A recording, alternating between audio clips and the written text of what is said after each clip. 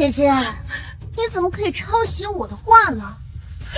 我没有抄袭，我没有剽窃。不要脸！这个邵子安居然在国家级的比赛上抄袭他妹妹的话。邵子安在外流浪多年，刚找回来，肯定是他嫉妒邵星辰，所以抄袭。我没有，爸，你们相信我。别叫我妈，我没有你这样的女儿。纯纯先交的卷，你后交的卷，结果是两副一模一样。告诉我，不是抄袭是什么？为什么会一模一样？这个是纯纯画的，这个是你画的，明显纯纯画的更好。你抄的什么？是啊，虽然创作一致，但明显邵星辰画的更好。太让我失望了，我怎么生了你这么个女儿？没有，爸，我没有抄袭。你给我闭嘴吧！爸，别再打姐姐了。姐姐她只是从小嫉妒我能得到爸妈的宠爱，所以才会剽窃我的画，想获得大家的认可。纯纯，不用替她说话，她就是个没教养、品行低下的人。我没有你这样的女儿。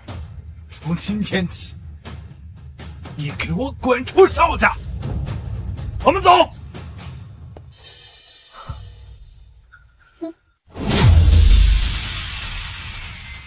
爸，别再打姐姐了。姐姐她只是从小嫉妒我能得到爸妈的宠爱，所以才会剽窃我的画，想获得大家的认可。用这种手段，真是活该！真是活该！就是为什么都不相信我？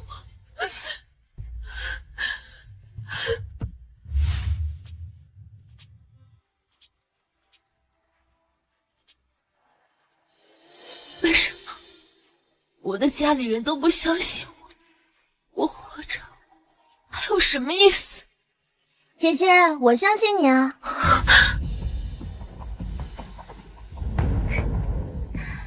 姐姐画的可真好，多谢了你的创意，才让我在这次比赛中获得冠军。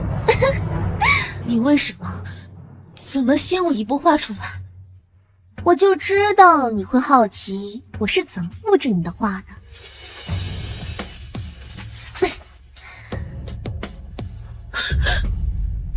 实话告诉你吧，因为我能透过你的画板清楚地看到你的创作。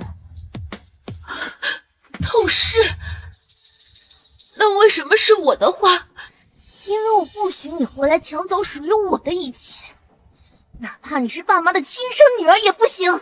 妹妹，我没想跟你抢，我在外流浪10几年，我只是想要爸爸妈妈的一点爱。想要一点爱？你做梦！邵家的女儿只能有我一个。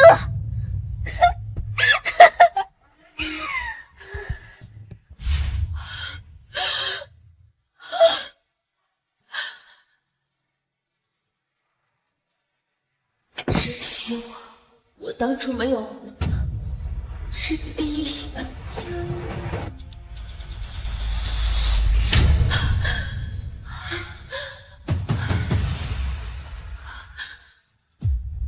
我重生了，我回到了被污蔑剽窃的比赛现场。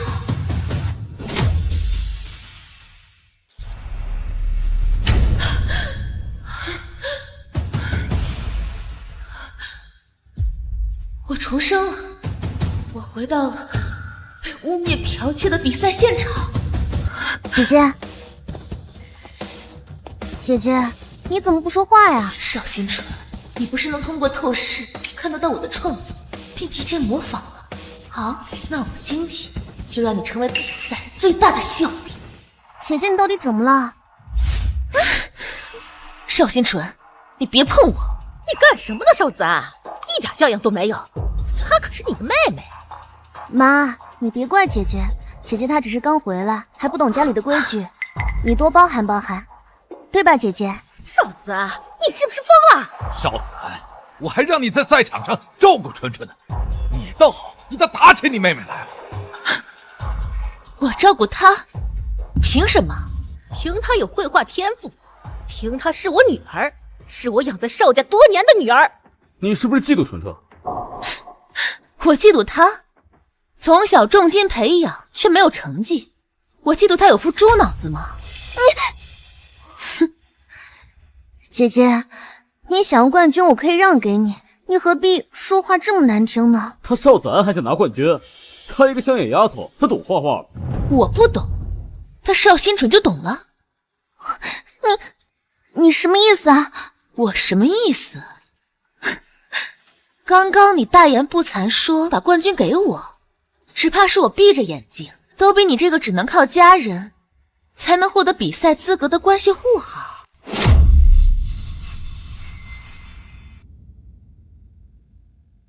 刚刚你大言不惭说把冠军给我，只怕是我闭着眼睛都比你这个只能靠家人才能获得比赛资格的关系户好。贱人，竟敢当众拆穿我！姐姐，你怎么能这么说我呢？你胡说八道！你怎么能这么说你妹妹呢？比赛可是现场直播，不许胡说！我说错了吗？今天的比赛能得冠军的只能是我，邵子安。姐姐，你可以欺负我，也可以不喜欢我，可是你也不能这样污蔑自己的家人吧？邵子安，你怎么这么歹毒？见不得你妹妹比你优秀。哥，妈妈，你们别这样说姐姐。如果打我能让姐姐出气的话，就让她打吧。只求她不要再惹爸爸妈妈生气了。你只会欺负纯纯。早知道今日，当初就不应该认你回家。您可算说了句明白话。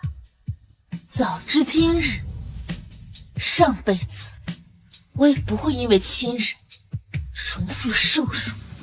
你这是说的什么话？邵子安，你怕不是疯了吧？要是疯了，就别参加比赛，丢人现眼。行，我退赛。什么？你要退赛？不行，妈，不能让他退赛。纯纯，他不参加比赛，你激动什么呀？妈，不能让他退赛。看来我退赛碍着你事儿了。姐姐，你在外流浪多年，苦学画画技巧，不就是为了证明自己吗？可别因为一家人拌嘴就错失良机啊！纯纯，你太善良了，他都这么对你了，你还替他着想。邵子安要是真的退赛了，那我可怎么办呀？我又画不出来，可全指望抄邵子安呢。姐姐，你欺负我、抄袭我都没有关系，可是退赛就真的没有办法获奖了。赢得比赛不是你最大的心愿吗？以前是，现在我不在乎。姐姐，你千万不能退赛呀！比赛马上开始了，你怎么能轻易放弃呢？你看起来似乎很想让我参赛，还是说没有我你画不出来？没有，这怎么可能呀？我只是不希望姐姐错过这个大好的机会罢了。不用你操心。姐姐，我知道你生我气，但是你也别死准考正号呀。行，我不死。你求我。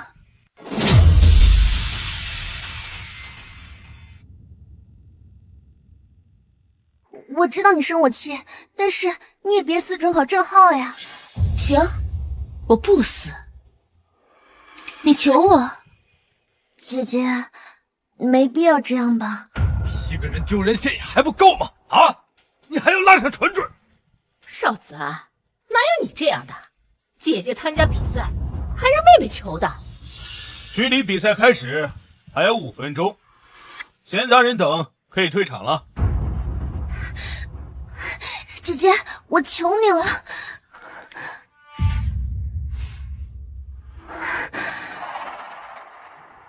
你看这地这么脏，我都没心情比赛了，先把地拖干净吧。好，我拖干净。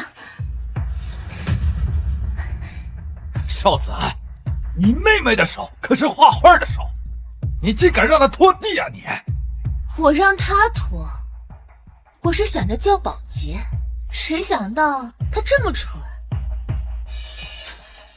纯纯可是天之骄子，居然说他蠢，我看你才是鸡蠢无比。好，我蠢，那我走，你们俩。哎，姐姐别，姐姐你别走，我去拖干净，我拖到你满意为止。那你顺便再帮我倒一桶涮笔水吧。好，只要你不退赛，什么都行。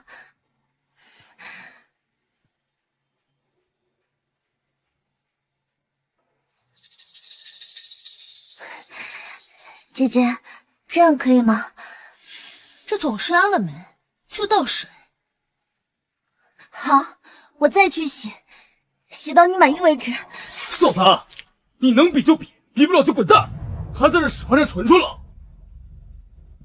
行，我不比了。哎，姐姐，别啊，姐姐，哥，你别这样说姐姐，姐姐，你别冲动啊，姐姐，哥他是跟你开玩笑的。这画笔好脏啊，用不了了。少子安，你给我等着，等比赛结束，我就让全世界都知道你是一个偷窃别人的贼，让你永远抬不起头。好，我去洗。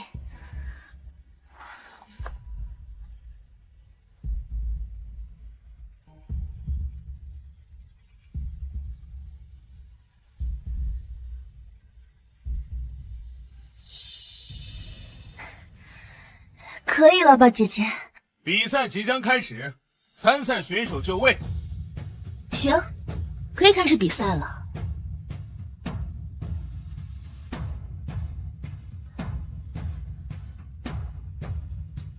少子安，你终于上当了！只要你参加比赛，我就能用你的创意夺冠。上一世被你诬陷，又惨死在你手上。这一世，我定要赢得比赛，让你身败名裂。上一世被你诬陷，又惨死在你手上。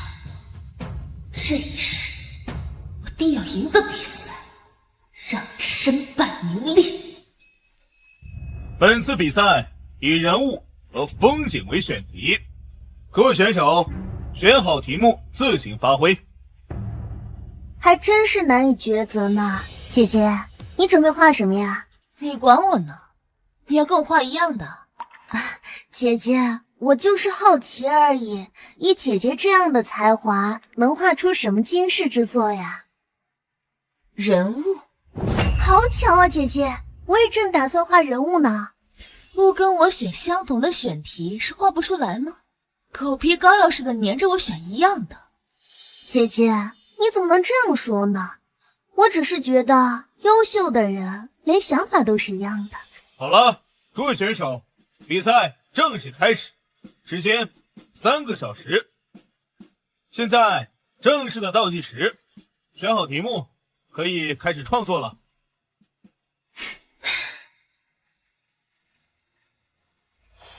不管你选什么，我都能看到，还能先领一步完成，说不定还能锦上添花。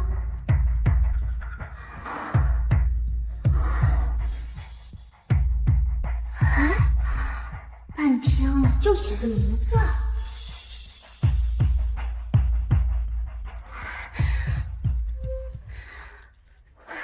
怎么回事啊，少子安，怎么不画呢？姐姐，你还不开始画吗？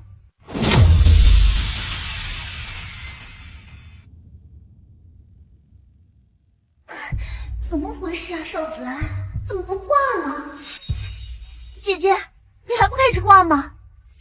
早早画好，给你时间抄呢。我还有个颜色，没想好怎么调。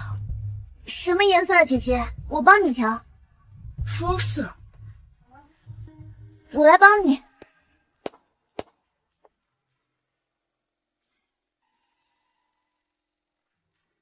不对，这个太白了。没关系，我再改。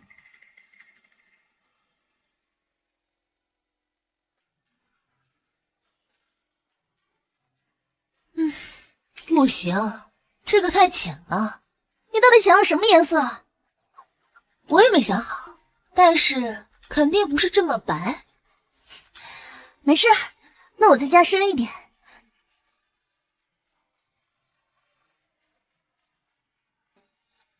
没有这么深。你完没完了？你怎么这么蠢呢？我要五彩斑斓的黑，抓紧时间给我调。姐姐，你别闹了，赶紧开始画吧。我没闹啊。他怎么一点也不着急啊？姐姐，你再不开始的话，就真的来不及了。你画你的，我画我的，你急什么呀？我那是怕你再不开始，就真的没时间了。哦，这少子安坐在场上不画是做什么呀？少子安，你要是不画就滚出来，别在那儿坐着丢人现眼。催什么催？再催我就交白卷。什么？你要交白卷？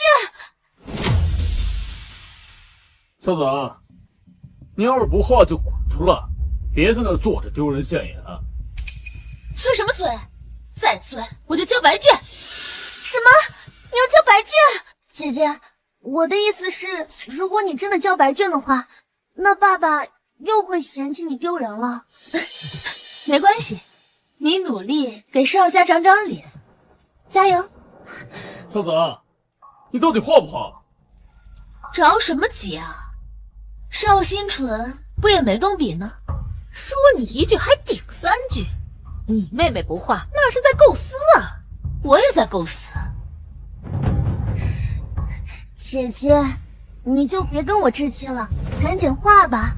啊，你画你的，别管我。比赛时间已过半，请各位选手合理安排时间。姐姐，时间只剩半小时了，你要是再耽搁，就真的画不完了。好吧，好吧，我开始画了。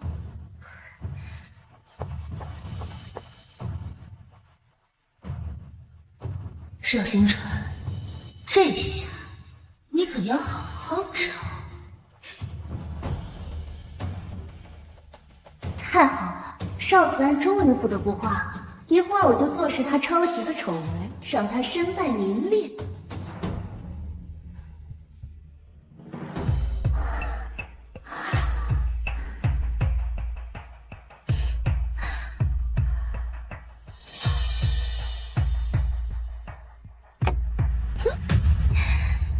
邵子安，你还真有两把刷子啊！果然上当了，邵星辰啊，邵星辰，这一世别再想污蔑我抄袭，抢走我的冠军。果然上当了，邵星辰啊，邵星辰，这一世别再想污蔑我抄袭，抢走我的冠军。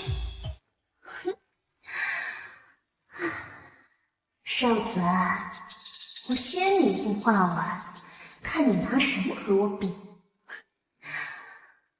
这邵子安怎么停笔了？他没学过绘画，该不会画不出来了吧？估计是。邵新纯好像也画完了，不愧是出自名师啊。距离比赛结束还有5分钟。老师，我要交卷。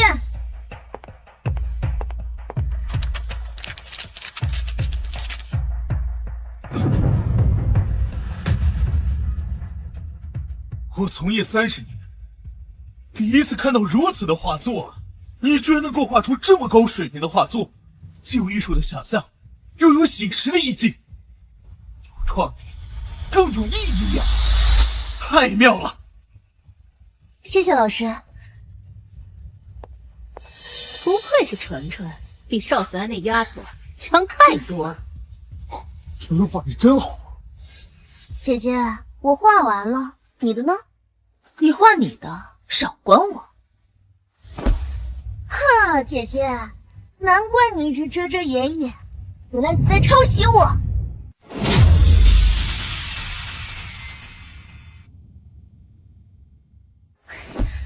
哈，姐姐，难怪你一直遮遮掩掩，原来你在抄袭我。抄袭？你说我抄袭你？对啊，你画的和我一模一样，我早就知道你会抄袭了，所以我就提早交卷了。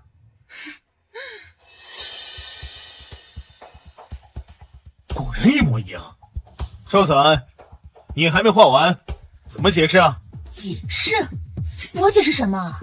我还没画完，怎么能说我抄袭他的一模一样？什么？没画完？哪里没画完啊？少子安，你搞什么鬼？睁着眼睛说瞎话，大家都看见了，你跟纯纯画的一模一样。对，事实摆在面前，还敢狡辩？我们家的脸都被你丢尽。我说了，我没画完，你们这么着急干什么呀？就算你没画完，那剩下的几分钟时间也不够了吧？敢在国际赛事上抄袭他人，你是想为美术界除名吗？我没抄袭。这俩姐妹怎么还撕起来了？没想到比赛场还能看个热闹，这个丢人现眼的玩意儿，你看我今天怎么的！教训我还没画完，你就装模作样的替天行道进来了。重来一世，邵家人居然还是只偏爱邵星辰，对亲生女儿态度一如既往的差。姐姐，你要实在不会画的话，你就说呀，何苦要抄袭妹妹的创意呢？你的创意？对啊，我先前就在家里和姐姐说过，想要画一幅这样的人像画，我还和姐姐描绘了想要画的效果呢。看样子邵子安抄袭是蓄谋已久了，连自己的妹妹都抄袭，你真可耻！邵星辰，说谎倒打一耙，可是要遭报应的。邵子安，不准你这么说纯纯。着什么急啊？我说了，我的画不可能和邵星辰的一模一样。姐姐，时间只剩下最后5分钟了，就算你重新画也来不及了。不需要5分钟，1秒就行。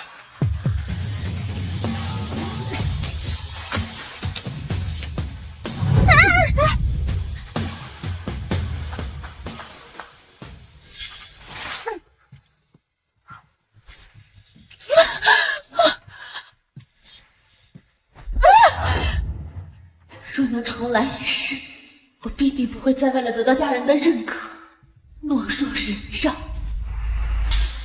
邵子安，你疯了！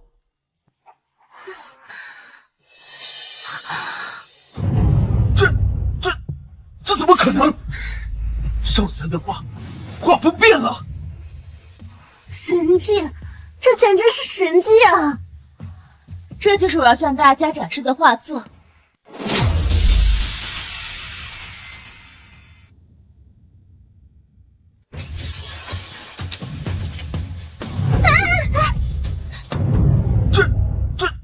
这怎么可能？邵子安的画风变了，好牛啊！我还是第一次亲眼见证艺术的诞生。这幅画极具艺术性啊！老师，你先别激动，你不觉得邵子安这幅作品有点跑题了吗？不对，我姐姐这幅画明显跑题了。果然，你们还是想往我身上泼脏水。什么叫泼脏水？你选的是人物，现在你这幅画又有风景又有人物，怎么能不算跑题啊？好像确实是偏题了。就是啊，姐姐，你总不能一幅画霸占2种题材吧？对，要我说，跑题成绩就应该作废。是啊，那邵子安这个成绩应该要作废的吧？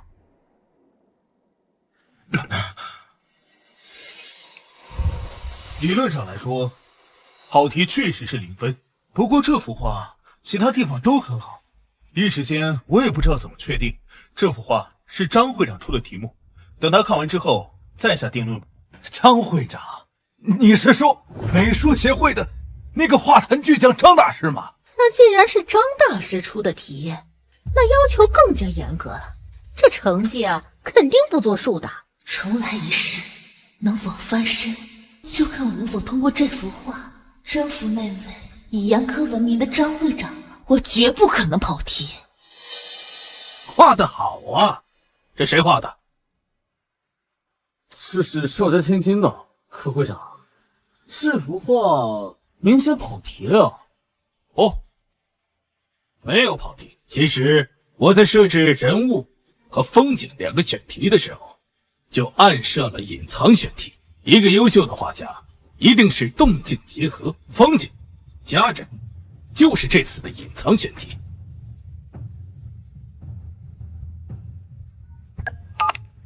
喂，考场吗？给我务必留下邵氏千金的画，我要亲自到现场，收他为关门弟子。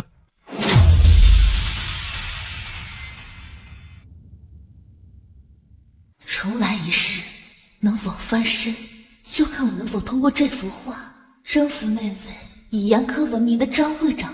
我绝不可能跑题。重活一世，我自然知道这次选题到底是什么，只怕在场只有我知道这个比赛还有个隐藏命题吧。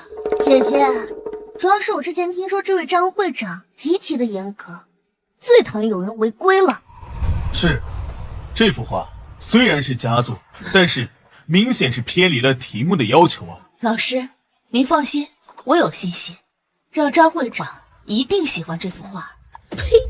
就你有信心？哼，就是，一点都不谦虚，还在这自卖自夸。多跟你妹妹学习学习。是啊，姐姐，多学学规矩总没有坏处的。而且我听说这位张会长最讨厌那种品行恶劣的学生了，你这样自负会惹人讨厌的。纯纯说的没错，你不懂一点规矩，出门在外啊，这样说话会挨打的。我说我没跑题，就是没跑题。哎，张会长，您打电话有什么吩咐吗？什么？啊，好的。张会长看了我们的直播，要来现场收邵家千金为徒。什么？邵家千金？说的是我吗？这我也不太清楚，不过会长说是邵氏千金。张会长不是已经很久不收徒了？破格收了关门弟子。收邵小姐为徒，现场有2个邵小姐，是收哪个呀？张会长只说是画得很好的邵小姐。那还用说，肯定是我们家纯乐。这可说不定。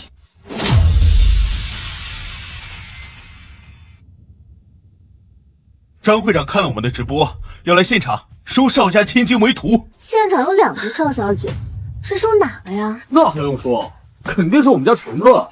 这可说不定。这有什么不一定的？难不成是你啊？你也配？我不配？那你说说，我为什么不配？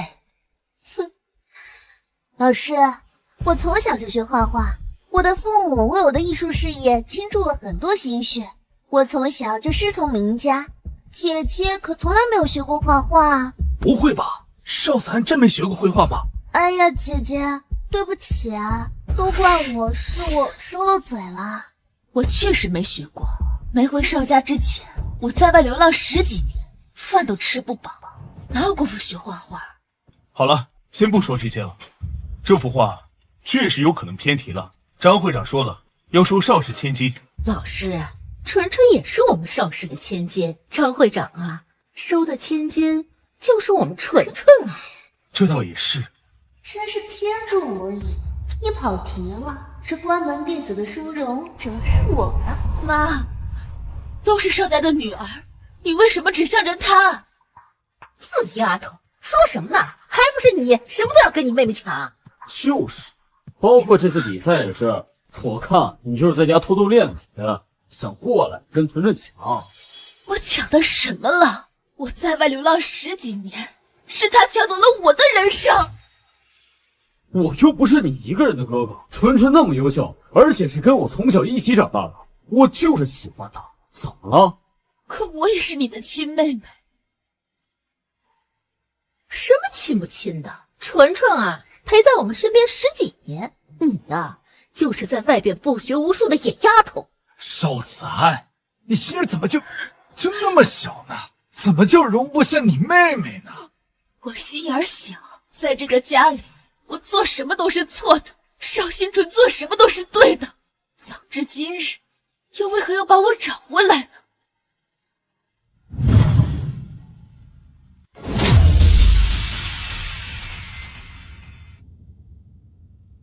邵子安，你心儿怎么就那么小呢？怎么就容不下你妹妹呢？要我说，当初就不应该把你找回来。我看也是，邵家就这一个千金就够了，何必把我找回来？哎，姐姐，你可千万不要这样说呀！你这样说的话，父母会很伤心的。收起你那副假惺惺的样子。姐姐，我那也是为了你好呀，你放心，就算我成了张会长的弟子，我也不会因为你是我的姐姐嫌弃你不要你的。我放心的很，因为你根本没有机会加入他的门下。少子安，别欺人太甚啊！怎么能这么说你妹妹呢？你的那副破话都跑题了，还在这妄想着拿冠军。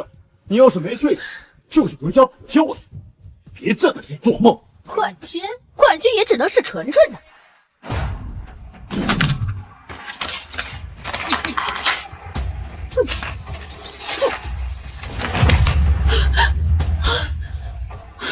妈，你怎么撕我画呀？我就是撕了又怎么样？又是抄袭，又是跑题的，该死！呀，你妈妈也是为了你好，这件事如果曝光出去，那你可就要丢人丢大发了。为了我好，那怎么不为了邵新纯好，撕了他的画？你说你这孩子怎么这么不懂事，顶撞父母呢？啊！看来爸妈还是对你太好，要我说就应该加粉刺。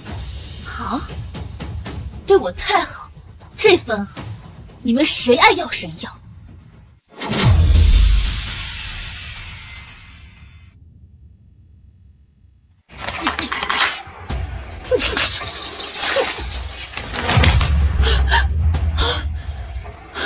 妈，你怎么撕我画呀？看来爸妈还是对你太好，要我说就应该加粉刺。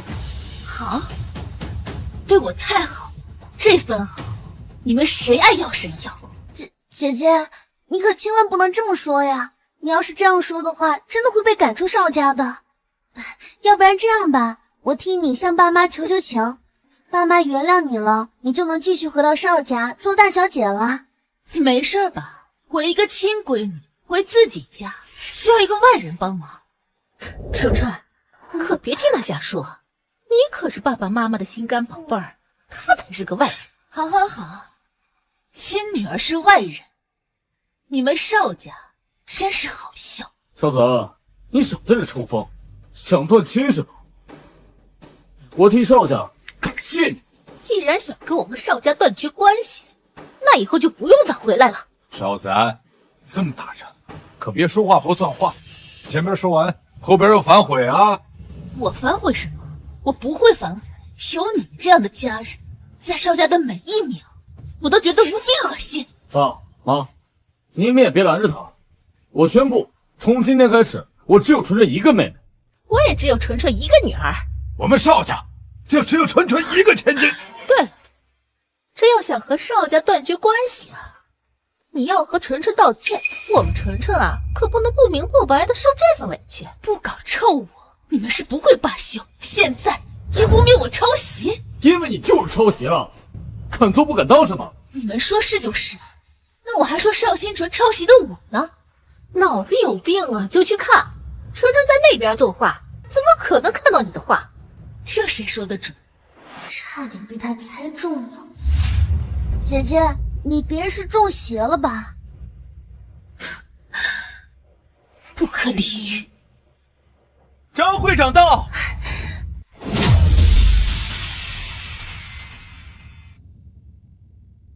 不搞臭我，你们是不会罢休。现在也污蔑我抄袭，那我还说邵新纯抄袭的我呢？姐姐，你别是中邪了吧？不可理喻。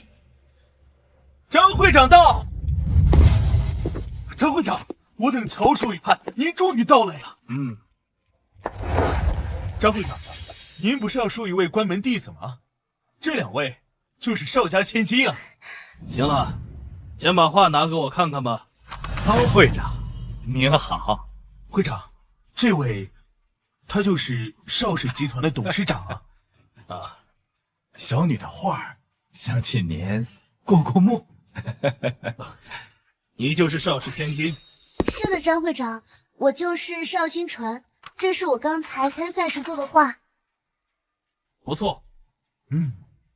张会长，我们女儿可是从小都学画画的。确实能看得出来这幅画有功底。这么说，纯纯马上就是张会长的关门弟子了。我什么时候说过升他为徒了？张会长，你不是说我妹妹画的不错？在我这儿，不错和凑合就是一个意思。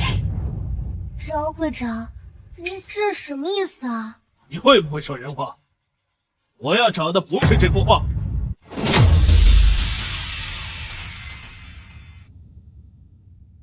我什么时候说过升他为徒了？张会长，你不是说我妹妹画的不错？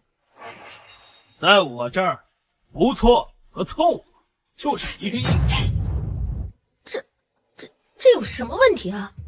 我女儿这幅画不是挺好的吗？是啊，张会长，您不是要找邵家千金吗？这位就是邵家千金啊！我要找的是邵家千金，但我要找的不是这幅画。不是有一张山水和人物相融合的画吗？那张画在哪儿？拿出来我看看。没事，看他干什么？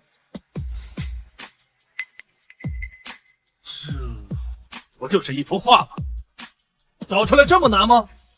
哎，那张画现在在哪儿呢？哦，好像就是在上咱的画板里啊。画板里？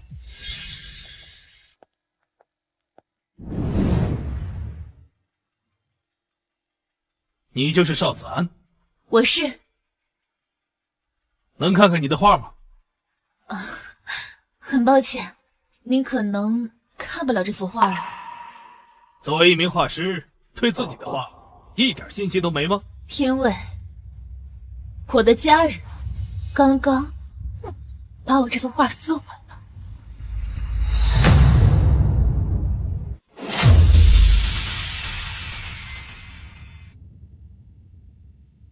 你就是邵子安？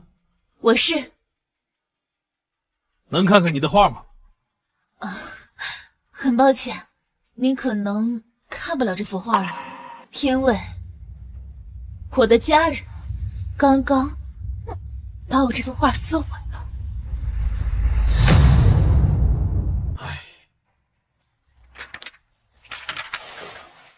张会长，邵子安这幅画被亲妹妹指责抄袭还有跑题，刚才在家人的争吵当中，不小心给撕碎了呀。张会长，不好意思啊，让您看到了这么七零八落的画。明知道是垃圾就赶紧收起来，在这碍别的眼。就是啊，姐姐，你怎么能让张会长看到这样子的画呢？说说你的创作思路。我的想法有点大胆，我想着要有山水和人物，要不就大胆怪摸一下。果然是可造之材呀！这幅画太好了，细节完美，情绪丰富。谁撕的这幅画？是我。有眼无珠。你愿意做我的徒弟吗？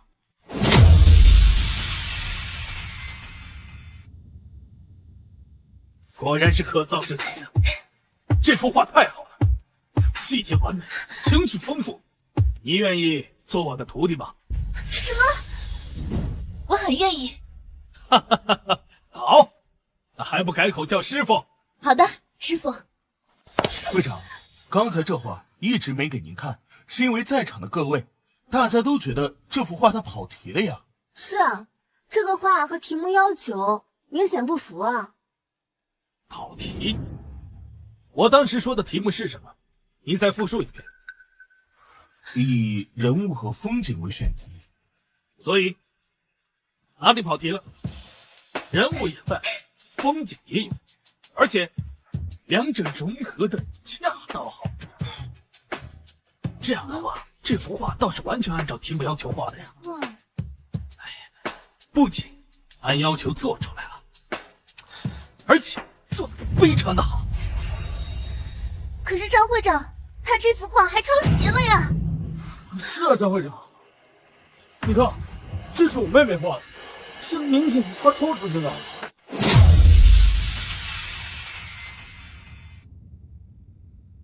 可是张会长，他这幅画还抄袭了呀！是啊，张会长，你看，这是我妹妹画的，是明显她抄出来的。抄袭？这样的作品，你来抄袭一下试试看。以后不带脑子，就不要出来在这么多人面前说话。少咱他小时候一不五不，根本没有学过画画，怎么可能会有这种思路？天哪，这么惨的吗？看来这次是侥幸吧？也不是，靠天赋，还有一点点运气。不仅是运气，还有重来一次的底气。就这些，没经过系统的培训，纯靠所谓的天赋。我回邵家之后，有了工具，才开始学画画。这也太难了吧！明明是邵家千金，但从小吃尽了苦头，甚至还没有寻常人家女儿幸福呢。真没想到，这幅画你竟是全靠天赋完成的。无法想象，要是有老师带着专程学习一下，未来将会有怎样巨大的潜力。哎呀，你们胡搅蛮缠，你蛮横无理，你就是个强盗！这幅画你就是抄你妹妹的！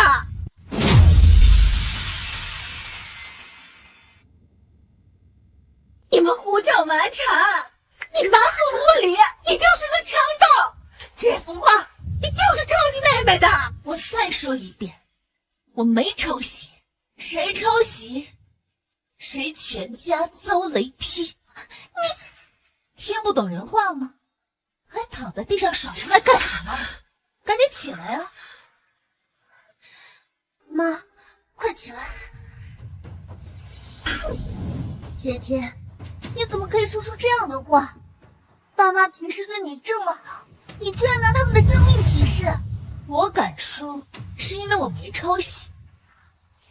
至于你，我才不会说出这样的话呢。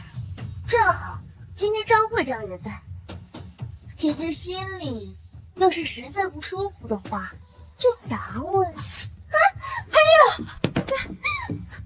好疼！你干什么？乖女儿，你摔疼了吧？瘦子，你个没良心的东西，一次又一次的伤害你妹妹！老天有眼，我都没使劲儿，是他自己借力摔倒的。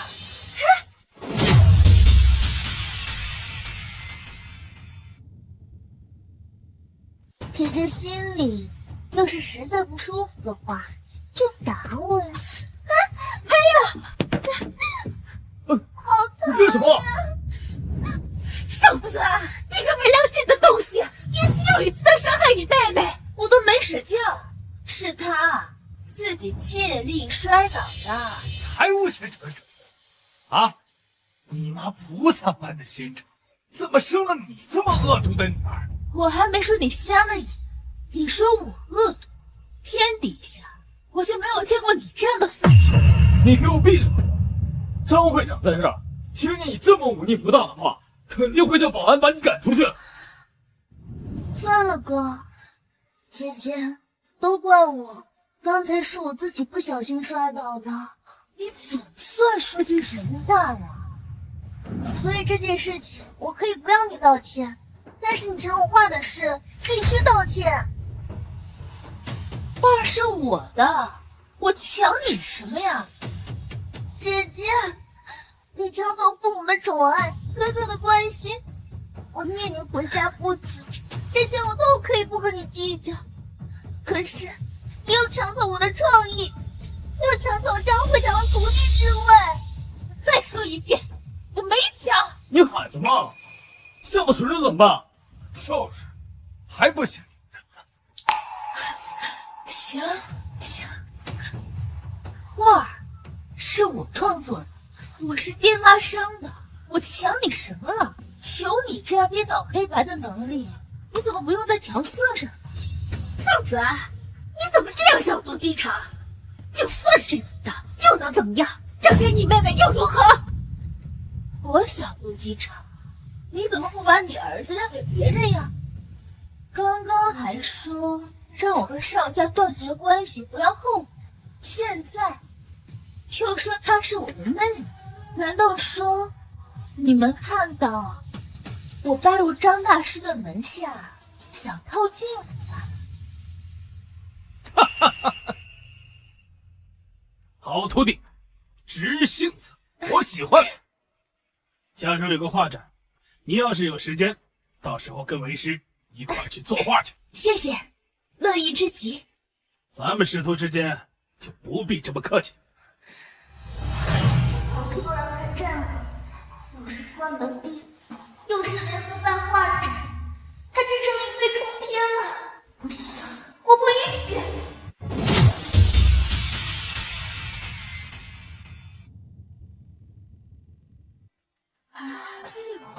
这个很有意境，臭逼老了，混虫啊！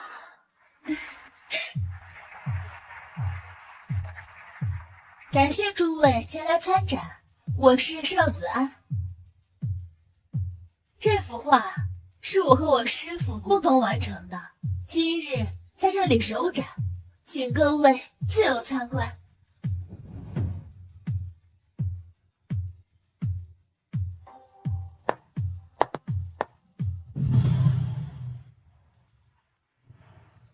这就是邵子安画的画，看起来也不怎么样。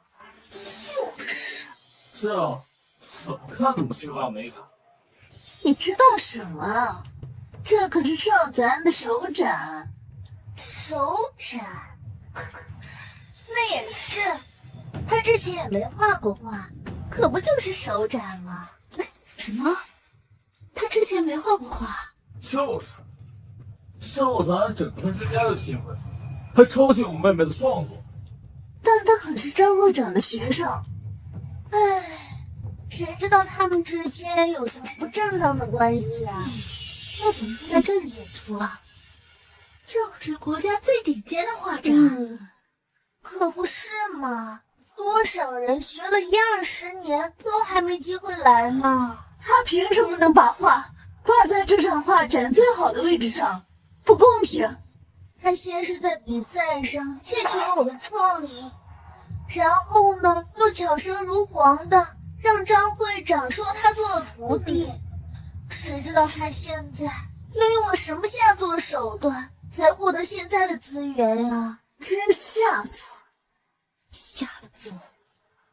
要我说，活该烧了他，跟着风气。就是烧了他，烧了他，烧了他，烧了他，烧了他，烧了他！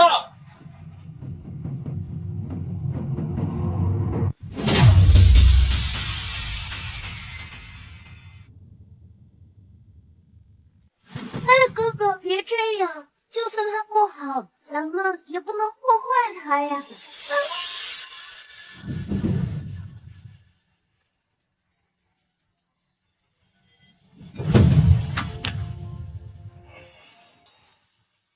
少子安，我得不到的，你也不配拥有。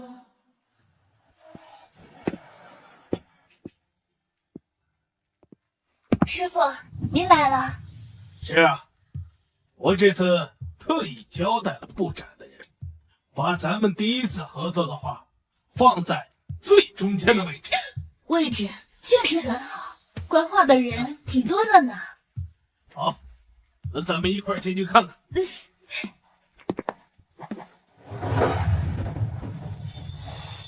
这怎么回事？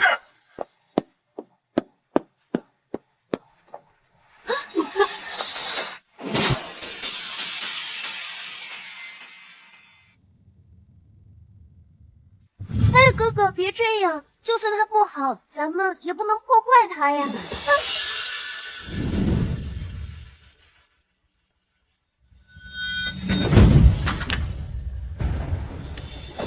这怎么回事？啊，这怎么回事？哎呀，怎么会这样啊？这幅画德不配位，被不小心点燃了，也是罪有应得。这是国内数一数二的画展，张会长眼里容不得一点沙子。没有质量的画，怎么可能出现在这里？质量再好，这马上也要化为一片灰烬了。有空在这里科普，还不如赶紧找水抢救呢。你这样的人，我见多了。张会长，我敬重你，你却上来就打我。邵新纯，真是不巧，你刚刚拿着打火机泼向画布的时候，我和师傅刚进展厅，恰好就看见了。哼！早知道你这么蛇蝎心肠，就不该来让你参加这次画展。看到别人的作品这么好，就要毁掉，这就是你对待艺术的态度。随你怎么说吧，反正你现在没了作品，就要被除名了吧？你不会真以为你能这么随随便便毁掉我的画吧？感谢你帮我完成了最后一笔。你好，能借下你的扇子吗？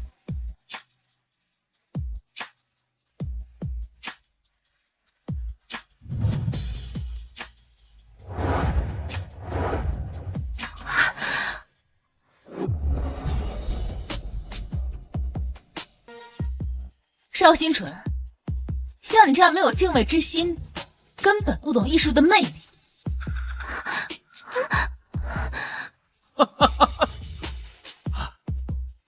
太好了，原来是这样。我这个当师傅的也得自愧不如啊。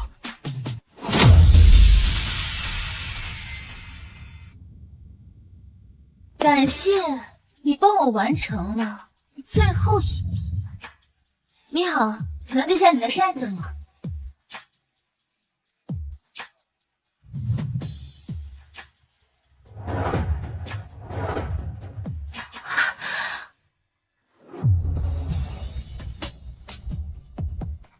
真没想到少子安有这么强的能力啊！什么能力啊？他这就是侥幸。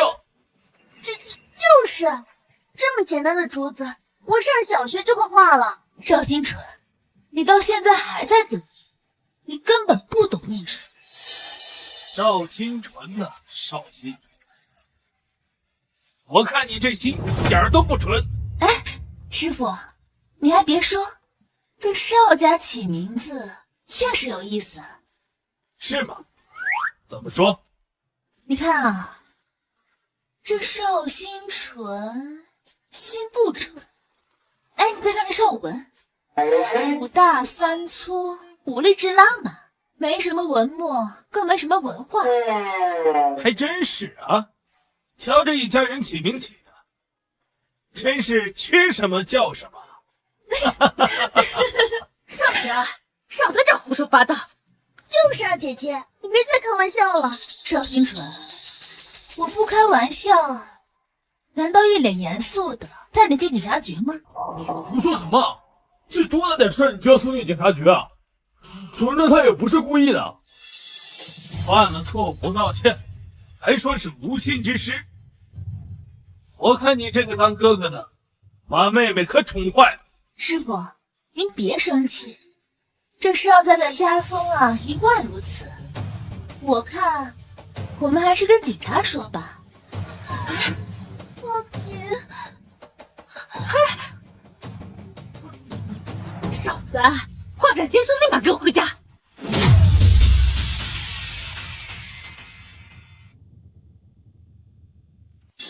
犯了错不道歉，还说是无心之失。我看你这个当哥哥的，把妹妹可宠坏了。我看，我们还是跟警察说吧。报警！少子安，画展结束，立马给我回家！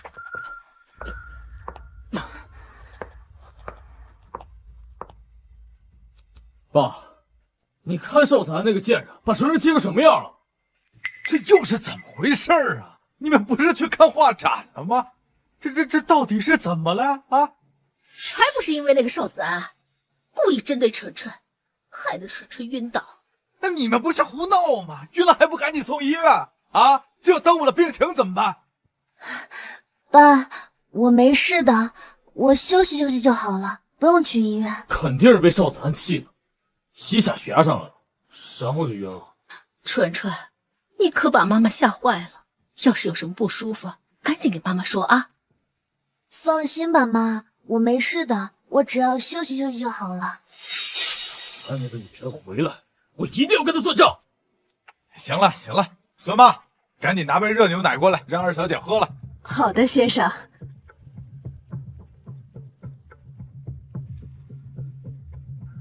孙妈，你现在就上2楼，把少子安的东西收拾出来，等他回来，立马让他拿东西滚蛋。少爷，这……本少爷现在使唤不动你了是吧？不是，少爷，大小姐，少子安，他不住楼上。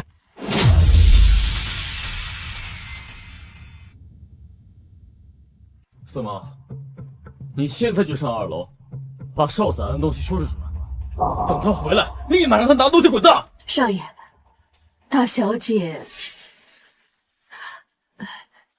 少子安，他不住楼上。什么？不住楼上住哪里啊？就是啊，难不成他住在地下室啊？你怎么不说他住狗窝啊？行了，别胡闹了。孙妈，你赶紧说，大小姐到底在哪儿住？大小姐，她住车库。车库？车库那地方不仅没窗户，连空调和暖气也没有啊，她怎么住那儿啊？就是，车库里边什么设施都没有，家具也都没有。是，之前二小姐说她缺一间画室，大小姐就把房间腾了出来。后来太太又说她缺一间衣帽间，所以大小姐她又搬了一次。再后来，我说书房要扩大，可是我让她把1楼去住了呀，没说让她去住车库啊。1楼那间房被大少爷征用，拿去给二小姐的小狗皮皮住了。然后他就问我住哪里，我说哪里不能住啊，我就随便指了指车库，谁知道他真的住车库里。好你个败家娘们儿啊！我少下的千金，你让他去住车库，这事如果传出去，人家不得把大牙给我笑掉了？爸，现在住都住了，说这些还有什么用？就是啊，老公，你可别忘了，刚刚少子安在外边欺负纯纯，你要替我们出气啊！好吧，一会儿等他回来，我们问清楚。孙妈，先下去吧。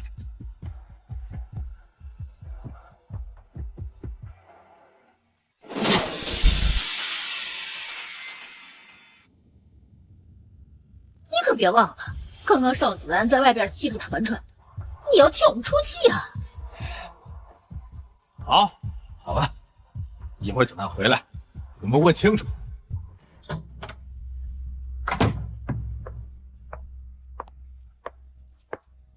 这回来什么事儿？你说呢？刚刚在画展是怎么欺负纯纯的？你自己说。你没事吧？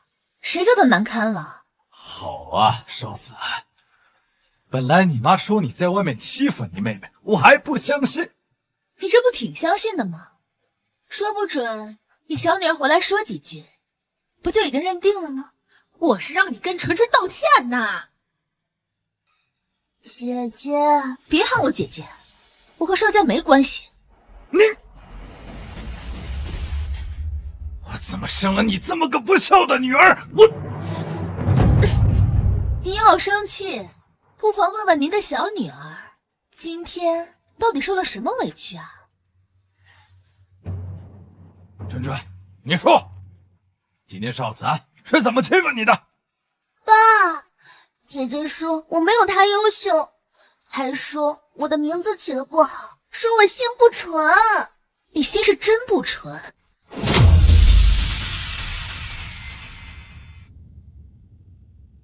春春，你说，今天邵子安是怎么欺负你的？爸，姐姐说我没有她优秀，还说我的名字起得不好，说我心不纯。你不是说我今天骂你了吗？你怎么不讲讲前因后果呀？别说什么前因后果，春春受的委屈还不够多吗？行，您不说，那我说。今天邵新纯在画展上烧了我的画。什么？春春，这是不是你做的？不是的，爸，我那是不小心，我不小心把那个火苗挨着画了。爸，是他，谁叫他拿那么易燃的东西作画啊？你要不要听听你自己在说什么？就是，沙画就不容易被烧着，你怎么不画个烧不着的画呢？我可算知道你这个蛮横不讲理的样子跟谁学的了。随你怎么说，反正画被烧了，你就等着被除名吧。这话是不是你说的？先烧画，后恶语相向，我师傅说你心不纯，有什么问题吗？师傅，这话是张会长说的。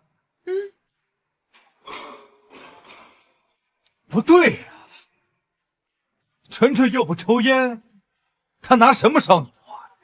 这就要问问你的宝贝儿子了。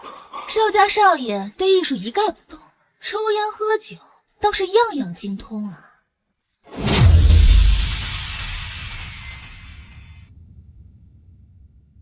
纯纯又不抽烟，他拿什么烧你的画？这就要问问你的宝贝儿子了。邵家少爷对艺术一概不懂，抽烟喝酒倒是样样精通啊。你好端端骂我干什么？那你好端端的拿打火机干什么？那幅画又不是我一个人看不上，是大家都觉得不行。我也只是把打火机拿出来，就算我不拿出来，还会有别人烧的呀。您听见了吧？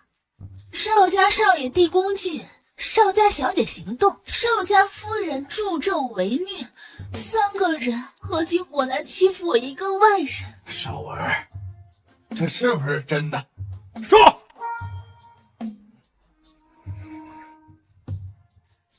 不过爸，纯纯他也不是故意的。先不说他是不是不小心，但您是真的蠢。如果我刚刚报警，邵新纯现在恐怕在等着你们去捞他吧。子安，你是个好孩子，多亏了你，没让我们邵家的颜面扫地啊！老邵，你个王八蛋，在你心里只顾着邵家的颜面。你给我闭嘴！坐下。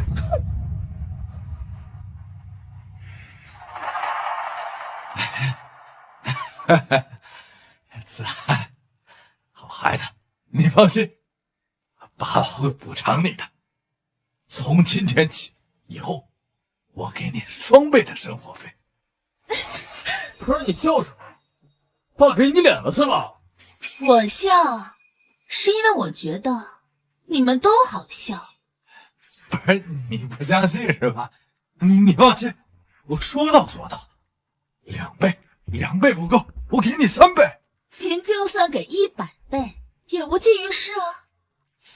你还做上梦了？还100倍？谁在意呢？零的多少倍都是零。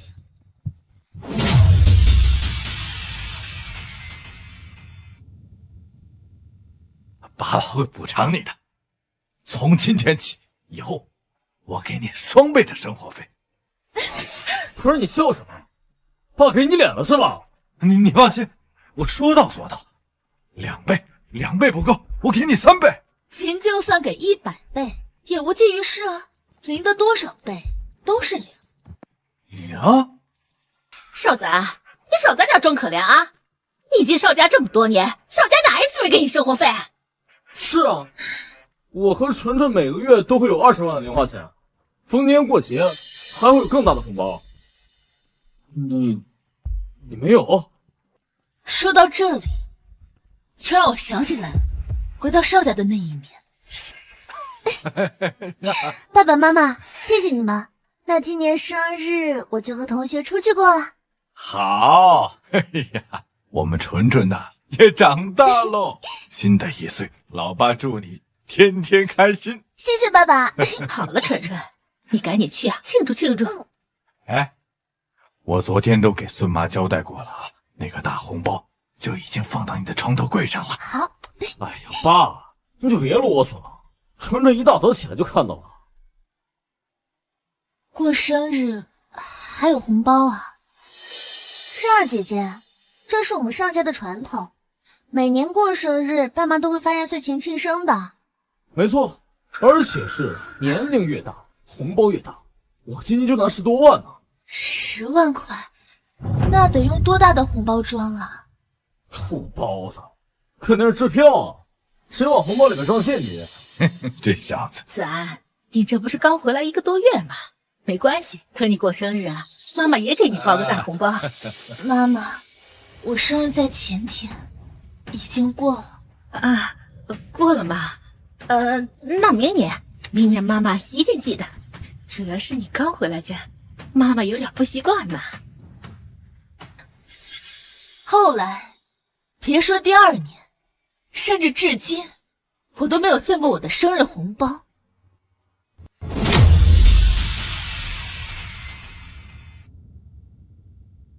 怎么可能啊？这么些年，我一直没给你生活费。你别看我，这生活费一向都不是归我管的。司马，你过来一下。这么些年没给你生活费，你都是怎么过来的？先生，大小姐她每天放学都去邻居家做家教赚钱，有时候回来早了，还会收集家里的废品拿去卖。原本卖废品该是我的外快，但这家的小姐实在是太可怜，我一个保姆都不忍心和她抢。回到邵家这几年，我没花过邵家1分钱，没住过邵家1间屋子。我觉得作为女儿，做到这个份上，你们也应该很满意。结果，因为一个养女，3番5次的挑我事，邵新纯有一个不顺心，就推到我身上。也不能这么说啊！不这么说，那怎么说呢？邵新纯到底是你的养女，还是你的亲生女儿啊？怎么可能是我亲生的？老公，你知道的啊，咱们俩一共就生过2个孩子。你们生过2个孩子，你生过几个？我，少子，你好大的胆，怎么跟你妈说话呢？哎，我说你慌什么呀？啊，本来我还很信任你啊，怎么被少子安说中了吗？先生，我要告发太太，隐瞒2小姐的身世。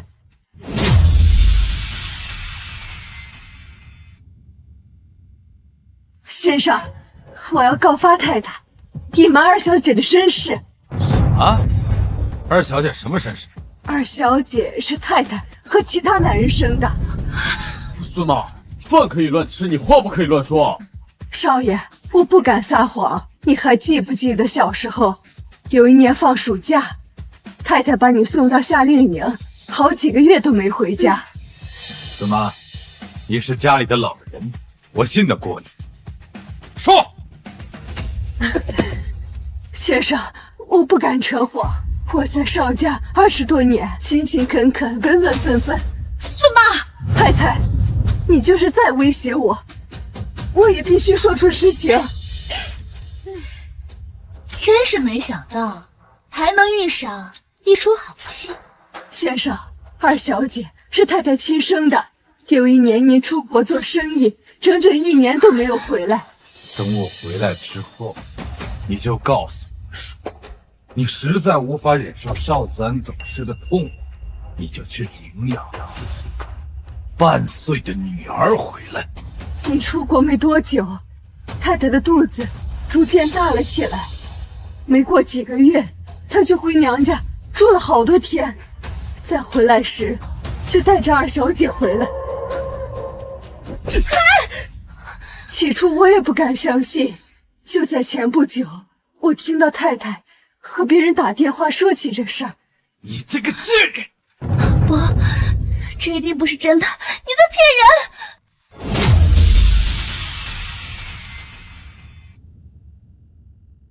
先生，我要告发太太，二小姐是太太和其他男人生的。不可能啊！你自己说，到底什么情况？老公，我错了，我真的知道错了，当时就是一时的鬼迷心窍。一时鬼迷心窍，让少家替你养了20年的女儿。老公，我真的知道错了，请你不要再牵扯纯纯，她什么都不清楚，她是无辜的。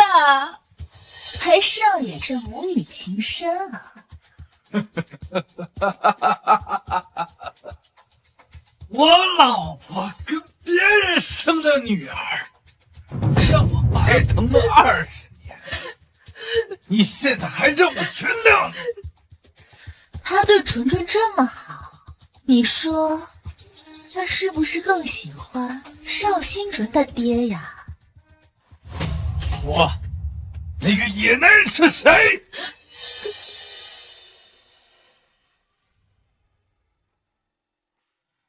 你还有心情吃啊？我为什么没心情吃？我又没有养野男人，还不是野生的。你来一把不？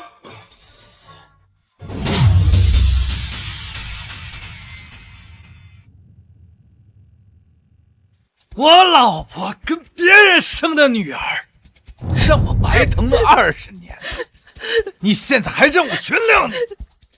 他对纯纯这么好，你说他是不是更喜欢邵新纯的爹呀？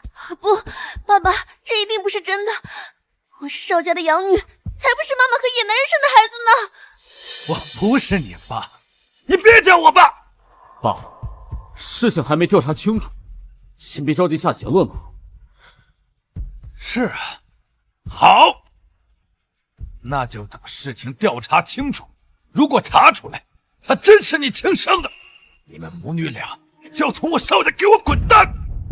老公，我嫁进你们邵家30年，没功劳也有苦劳吧？我好歹还给你们邵家生了个长孙，你就这么绝情？我告诉你，这不可能！爸，这20多年来，我早就把你当成亲生父亲了。就算你不要妈，你也不能不要我呀，爸！纯纯，爸这会儿在气头上，你先坐一会儿吧。我现在就联系人去做亲子鉴定。你们现在回去，回你们房间把东西收拾好。等到鉴定结果出来，你和你的宝贝女儿，给我滚出邵家！你怎么能这么狠心？我可是在你们邵家30年。爸，你不能这样！闭嘴！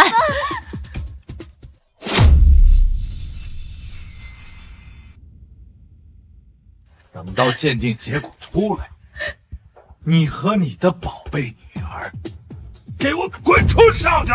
你怎么能这么狠心？我可是在你们邵家30年。爸，你不能这样！闭嘴！喂，师傅，怎么了？好消息啊，你的暗夜金烛在画展上被人看上了，要出高价买的，师傅，这是我们合作的画，您拿主意就好。我们的合作呢，都已经付之一炬了，少剩下的呀，可都是你自己的想法。这也多亏师傅的教导。师傅，您看要卖吗？第一幅参展的画，留作纪念也挺有意义的。但一来这画被烧过了，二来他们出价实在是高。您在办公室吗？要不我跟您面聊吧。再好不过了，我在办公室等你。真是奇怪，怎么他今天的眼神这么有压迫性？他让我们闭嘴，我们居然都照办了。小人得志，这都还没怎么着呢，你就嘚瑟起来了。小人总比野人好吧？你也不知道谁是野生的。我怎么没思路？邵星辰，你有头绪吗？你欺人太甚！你们先聊吧，我先失陪了。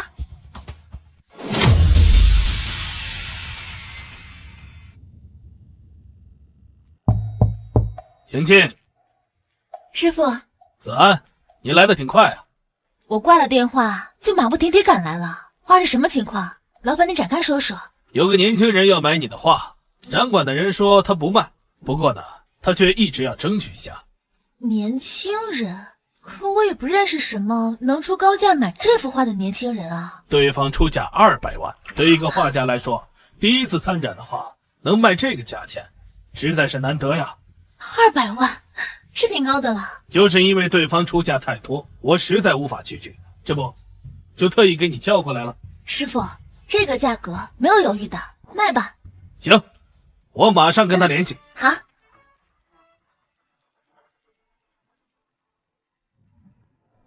秀子，快回家，爸自杀了！什么？好，我马上回去。师傅，我可能得再回邵家一趟。好，要不这样子，我陪你一块回去。不用了，师傅。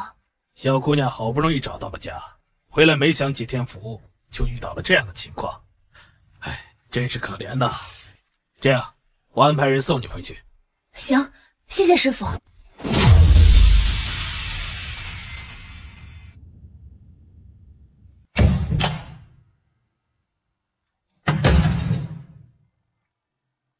您还好吧？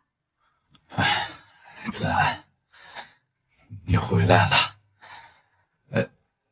你妈在楼上卧室，你要不要先去看看她？等会儿再去吧。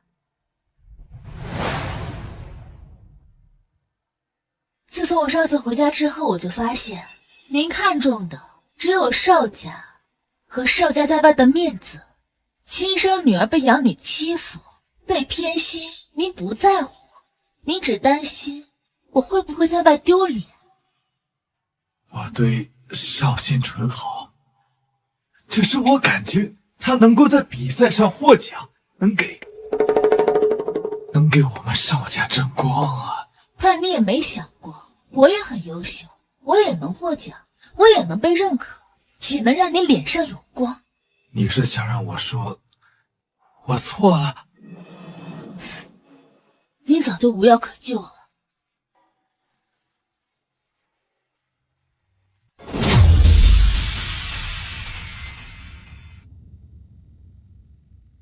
妈，你怎么样？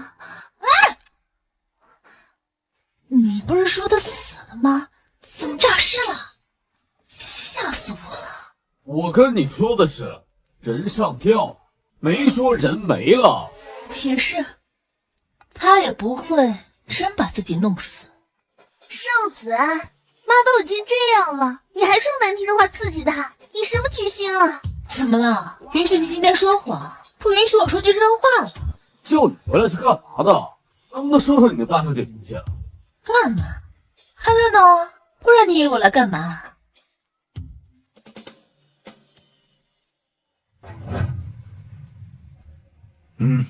这是我刚打印的文件。爸，这该不会是……没错，离婚协议。爸，如果你们俩真离婚了，我能不能跟着你啊？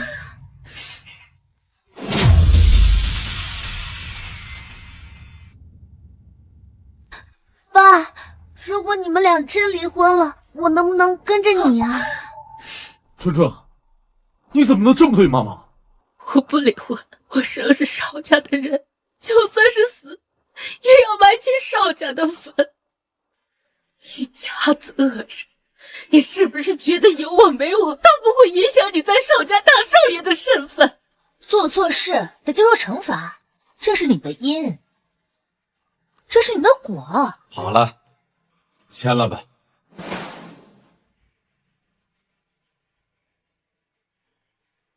我不签，我死都不会签的。我的儿子，我的女儿都在邵家，你不能赶我走。我也不是一点情义不讲，你现在手里的资产你可以带走，也够你后半辈子活的了。只是你实在是太恶心了，签了它，从今以后你与我不复相见。我不签，只要我不签，我就永远是邵家的夫人。妈，你还是签了吧，你签了对大家都好。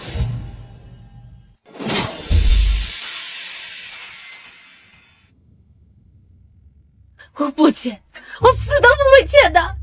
我的儿子，我的女儿都在邵家，你不能赶我走。妈，你还是签了吧，你签了对大家都好。春春，你到底什么立场？哥，你说这话好奇怪啊！是妈妈做错了事情，那我自然是向着爸爸的呀。你难道不是因为他更有钱吗？肯定是因为他更有钱啊，要不然图什么？你先闭嘴。哦，邵新川，你可是你妈妈最疼爱的小女儿，你真的愿意留在邵家，生我这个没有血缘关系的爸爸吗？爸，只要你肯收留我，从今以后我只有爸爸，没有妈妈。你就没想过，万一你的亲爹更有钱呢？也是啊。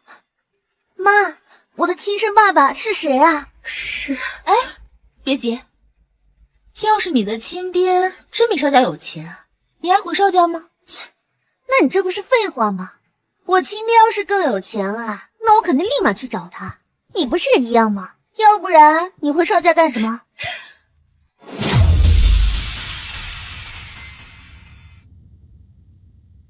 要是你的亲爹真比邵家有钱，你还回邵家吗？切，那你这不是废话吗？我亲爹要是更有钱啊，那我肯定立马去找他。你不是也一样吗？要不然你回邵家干什么？春春，你怎么可以这样？意想不到吧？邵家养了20多年的女儿，竟然不配为人。我真的知道错了。我早知道你是这样的白眼狼，我当初都不应该生下你。哥，你也别装什么大尾巴狼了，你不是也毫不犹豫的就舍弃妈妈了吗？是，我承认我不是什么好人，但是你不一样啊，春春，你从小那么善良。哎，等下，听到这话，我怎么感觉是在夸邵子安我呢？哥，你知不知道我这些年为了装成一副善良的样子，付出了多大的努力？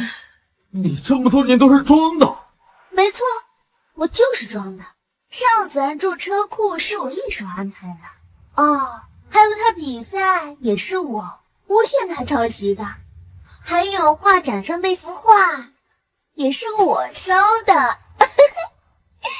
邵新纯，我没想到你是这种人。你没想到的事儿还有很多呢。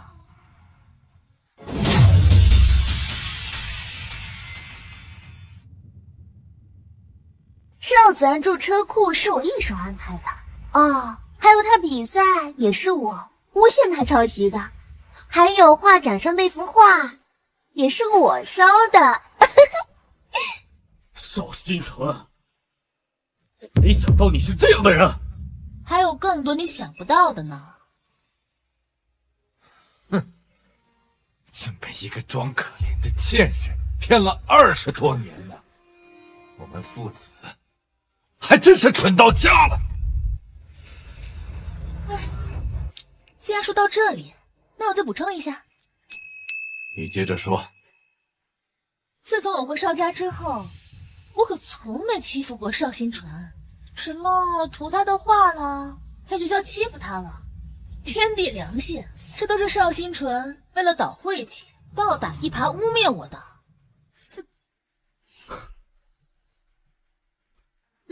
我是真蠢，亏我还自诩从小跟他一起长大，和你聊起来，我还一直认为她是那个单纯的小姑娘。都是因为你，让我伤害我亲妹妹。哎，等一下，邵新纯才是你亲妹妹，伯母义父的亲妹妹。是，可是对不起，不过都是被他蛊惑的。这样，以后我每个月给你发钱，不要怪我。用不着你微不足道的弥补，早干嘛去？我当时辛辛苦苦赚钱，都不知道你在哪，孩子死了，现在知道来哪了？你以为你现在了不起了？就你那幅破画，那么几块钱，也就200吧。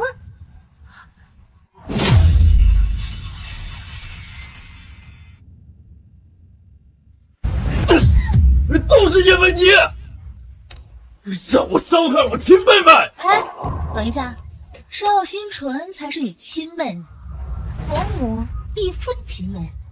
你以为自己现在了不起了是吧？就你那幅破画，那么几块钱啊？也就200。200万！早知道你有这么大的能力，我早该把你找回来了。你怎么现在后悔？晚了。子安，是邵家对不住你。等爸爸料理完这摊子事儿后，我会好好补偿你的。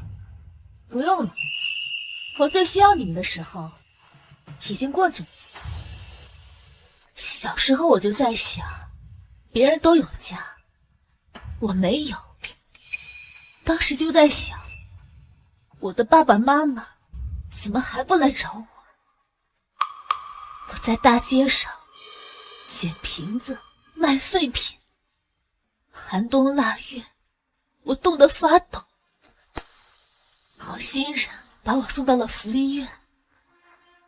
有可能我小时候就想过死吧，但是我又想起来，当时是妈妈让我站在那里等她，可我等了好久，她都没有来。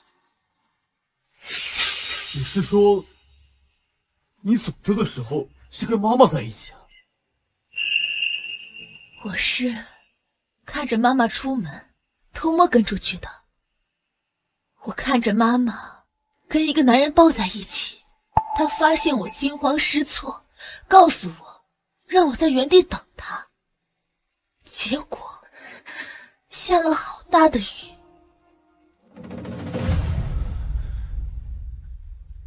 你回来的时候，雨都停了。你听说邵子安走丢，你大发雷霆啊你！原来你一直知道女儿在哪儿，是你扔了她呀！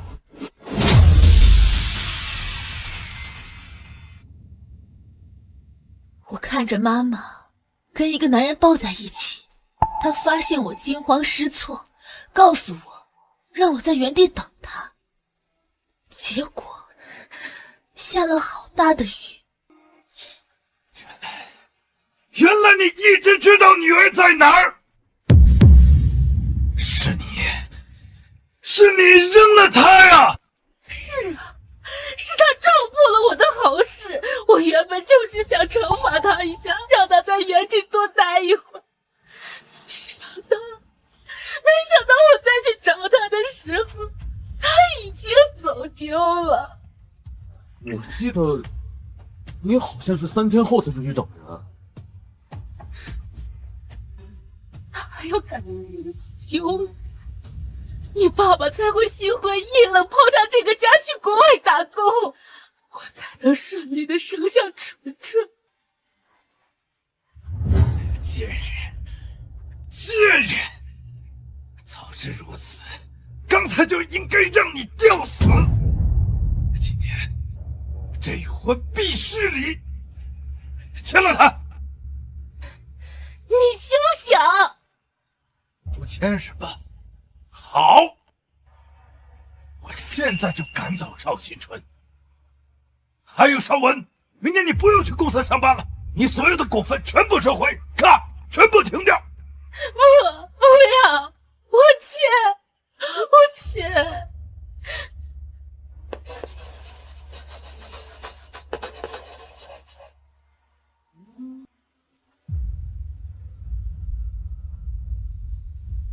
从今往后，你与我与邵家再无瓜葛。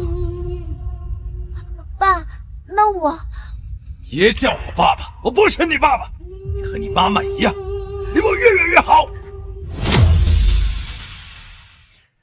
子安呐，你还是搬到1楼住在家里啊，还是好一些。爸，这种事情你要不还是问问子安的意见吧。子安，你说呢？我不想。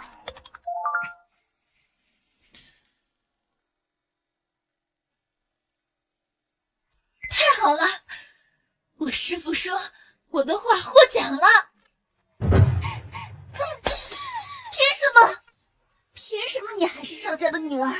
凭什么你还能获奖？邵新纯，你能不能收收自己的小姐脾气？你已经不是这个家的大小姐了，怎么还在麻烦孙妈？你神经病啊！邵新纯，你怎么跟你妈一样，都喜欢掐人脖子？你妈掐的还是自己脖子。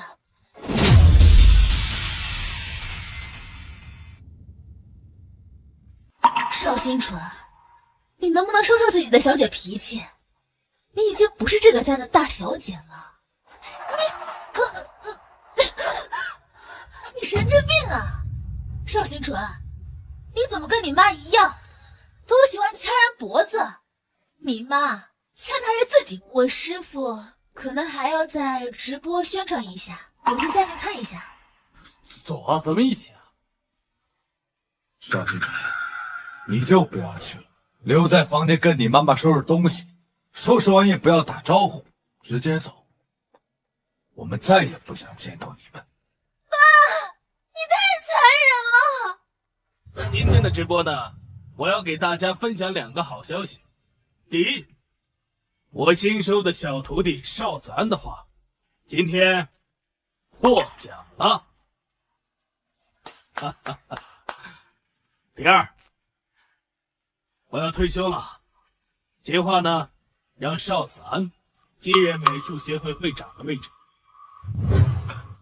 我妹妹真厉害，真是好消息啊！太好了，子安，爸爸恭喜你。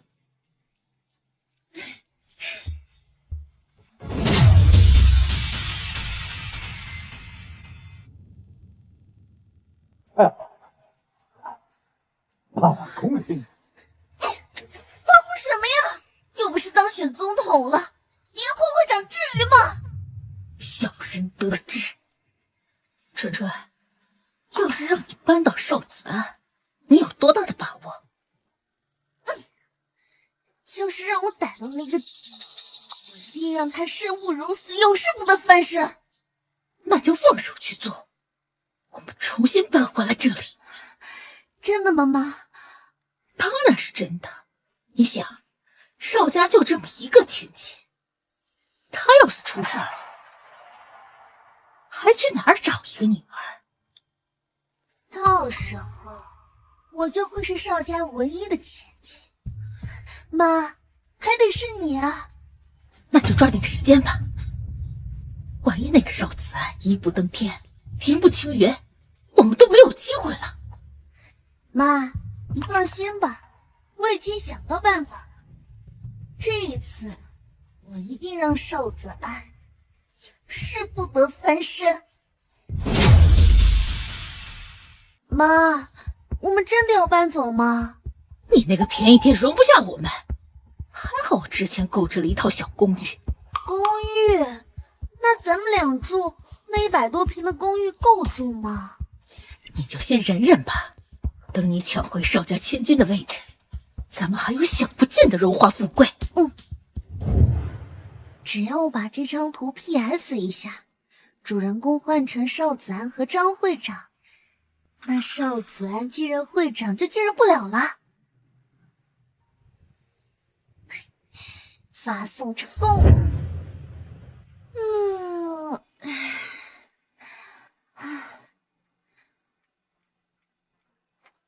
搞什么呀？还有实名认证？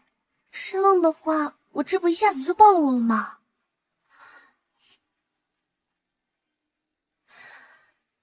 这张照片我 P 的天衣无缝，肯定没问题。实名就实名。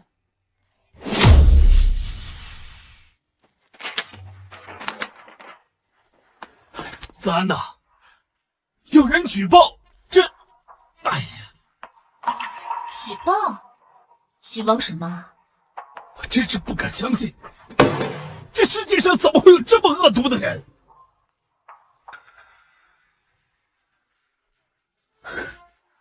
下作，这一看就是邵新纯的手笔。还真是他，他实名举报，我俩关系不正常，没事，师傅，这个事情交给我，你只需要回家告诉师娘，不要听信谣言就行。还真是，子安呐，你可知道，一日为师，终身为父，师傅肯定不会有这么龌龊的思想。我知道的，师傅，您的人品大家有口皆碑的。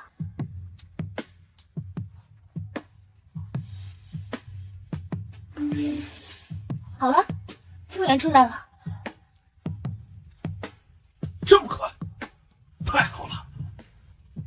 一定要将这个坏人绳之以法。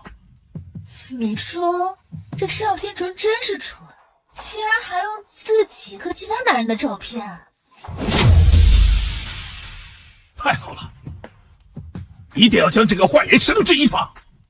你说这邵新纯真是蠢，竟然还用自己和其他男人的照片。子，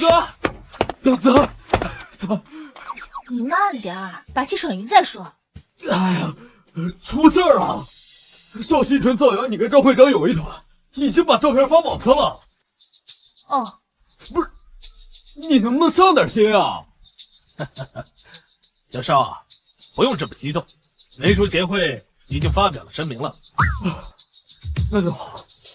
啊，虽然这种事情子虚乌有，但是难免会有没脑子的人相信啊。不仅是美术协会的人发表了澄清通告，我报了警，侵犯名誉和造谣，让邵新纯跟警察说去吧。干得漂亮！像这种坏人就应该让他绳之以法。对了，还有画展上烧画的事儿，也一并告诉警察。展会上的视频，我们这儿都有。好的。就是那个照片要是还原的话，要不要也一起发出去？还原是还原了，但发出去不太好吧？有什么不好的？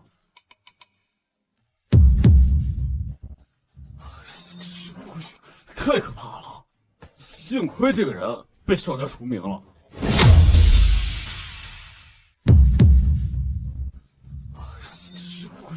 太可怕了！幸亏这个人被邵家除名，还是现在的妹妹好，温柔可人、美丽大方。别念经了。哎，子安，我一直没有问你家里人的情况，你是原谅你家人了吗？没有，师傅。现在我有热爱的艺术、画画协会的工作，还有对我好的师傅，我已经不打算回邵家了。为什么呀？三，你为什么不回邵家？天塌了！不回邵家是因为我之前做了一个梦，梦里我被邵星辰冤枉，你们都不相信我，还把我给抹杀了。就因为一个梦，那梦很真实的，你就当我一朝被蛇咬，10年怕井绳。再说了，我不回邵家，我还能继续追寻我的艺术啊。哎，对了，三，现在有一个出国深造的机会，不知道你有没有兴趣？太好了，师傅，我想去。真的？想去就去。来走，放下你的身外之物，去追逐你的梦想吧。